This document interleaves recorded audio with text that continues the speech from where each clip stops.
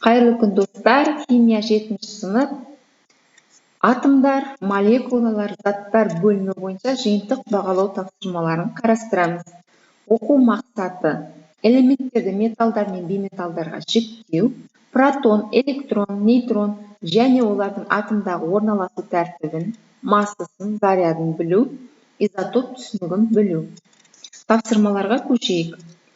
Бірінші тапсырма: берілген элементтерді металл және бейметалға жіктеңіз. Бұл тапсырманы орындау үшін химиялық элементтердің периодтық жүйесін қолдансаңыздар болады.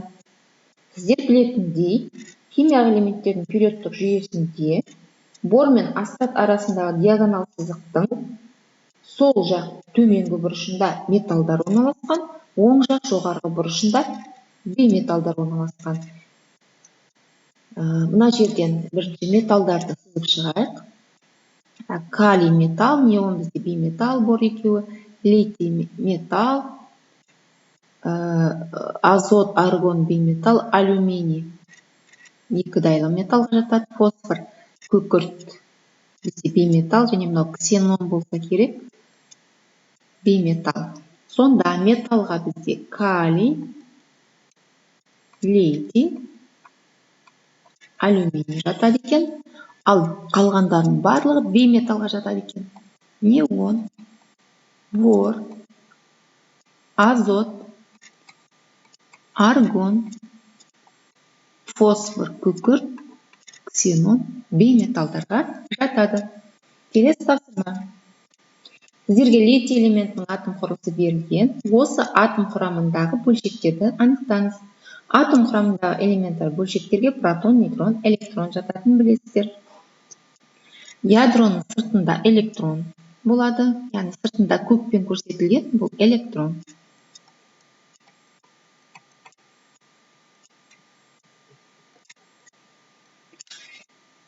Атом ядросының ішінде екі элементар бөлшек болады. Біреуі оң зарядты протон, екіншісі заряды жоқ нейтрон. Бұл жерде қызыл мен берілген протон болу керек.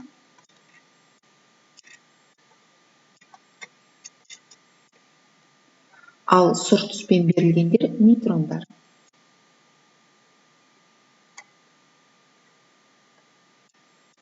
Келесі тапсырма. Атомның қарапайым бөлшектері бойынша кестені толтырыңыз.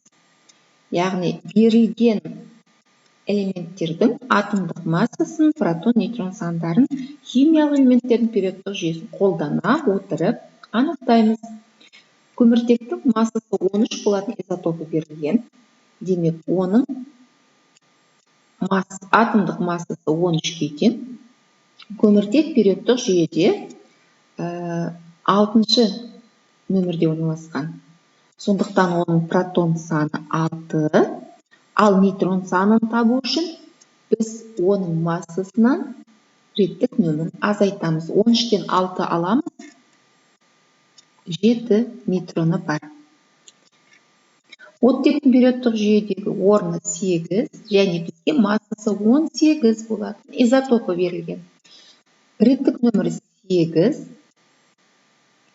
массасы 18, реттік нөмірі 8 демек протон саны 8, 18-ден 8 азайтатын болсақ, 10 нейтроны бар.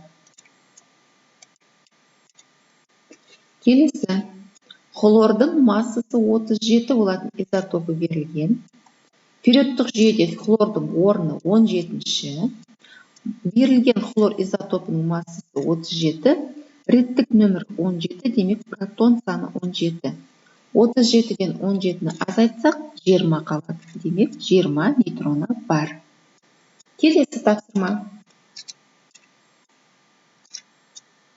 Изотоптардың қасиеттерін алғаш рет 20-шы ғасырдың басында анықтаған.